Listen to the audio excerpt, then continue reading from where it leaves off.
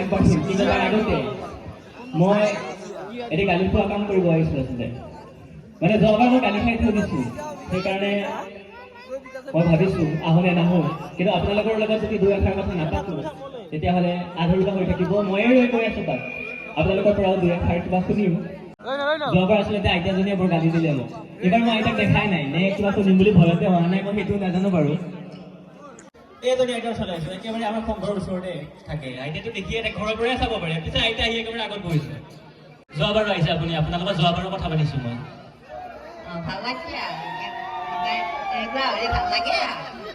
আপুনি সকলোকে এবাৰ আশীৰ্বাদ দি দিয়ক, ৰাজহুৱাকে সকলোৰে কাৰণে।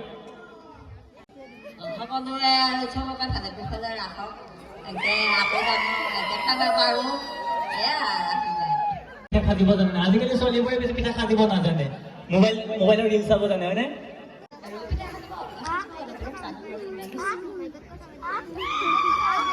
বহাগৰ বিহুলৈ পিঠা খাদিব জনা হ'ব লাগিব।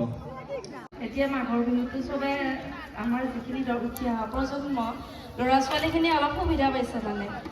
ধন্যবাদ। আমি আচলতে সেইটো প্ৰয়াস কৰোঁ যাতে আমাৰ বাকৰিৰ পৰাই একো একোজন বিশিষ্ট শিল্পীৰ সৃষ্টি হওক আৰু উঠি অহা প্ৰজন্মই যাতে এখন মঞ্চ পাওক, আমি তাৰে কামনা কৰোঁ। আচলতে মহিলা সন্থা এফালে আৰু পুৰুষ সন্থা এফালে, গতিকে মই সেইখনৰ পৰা আহি পুৰুষ সন্থাৰ কাষ চাপিছোঁহি।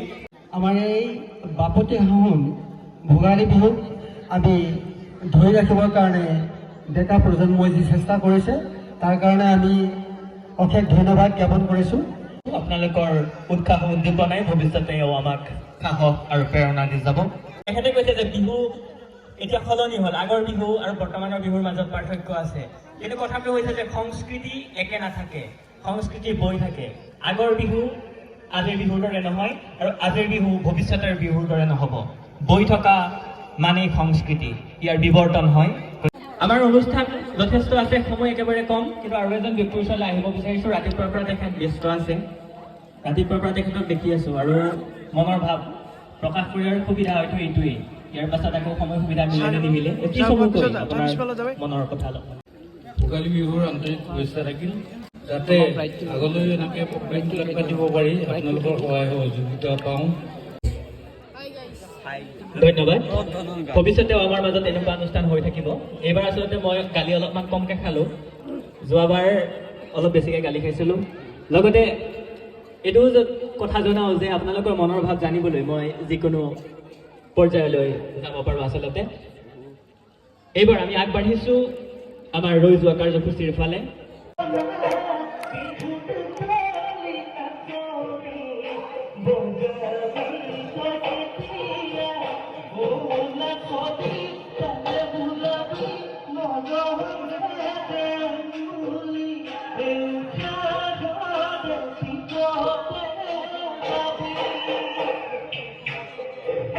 তালিকাত নাম এজনীৰ আছিল, কিন্তু আমি দুজনী নাচনী দেখিলোঁ। ইয়াতকৈ সৌভাগ্যৰ কথা কিবা আছে জানো? আমি আপোনালোকৰ পৰা আকৌ এটা হাত চাপৰি বিচাৰিছোঁ। ভোগালী বিহু মানেই ঢেঁকীৰ গুমগুমনি, ভোগালী বিহু মানেই কুঁৱলীখনা শীতৰ সেমেকা ৰাতি, আইতাৰ আখলৰ ভঁৰাল ঘৰত সোণগুটি, পথাৰত মেজি আৰু বুকুত আমাৰ এবুকু উচাহ।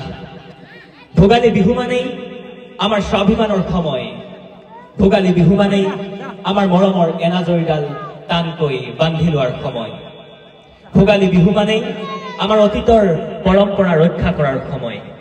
আৰু তেনেকুৱা এটা মহান উদ্দেশ্য আগত ৰাখিয়েই ৰংঘৰ ক্লাব ও পুথিভঁৰালৰ সৌজন্যত আমি দিনজোৰা কাৰ্যসূচীৰে অনুষ্ঠিত কৰিলোঁ আজিৰ ভোগালী বিহু।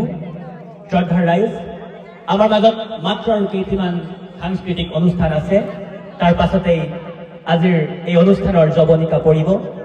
ইমান সময়ে আমাৰ মাজত উপস্থিত থাকি আমাক সাহস প্ৰেৰণা যোগাই থকাৰ বাবে আপোনালোকৰ আশীৰ্বাদ আমি শিৰত ৰাখি অনাগত দিনত এনেকুৱা ধৰণৰ গঠনমূলক উৎসৱ অনুষ্ঠিত কৰি যাবলৈ প্ৰয়াস কৰিম। এই সুযোগতে সকলো ৰাইজলৈ ৰংঘৰ ক্লাব ও পুথিভঁৰালৰ তৰফৰ পৰা লগতে সমূহ সংঘৰ সদস্যৰ ফালৰ পৰা যাচিছোঁ ধন্যবাদ আৰু কৃতজ্ঞতা।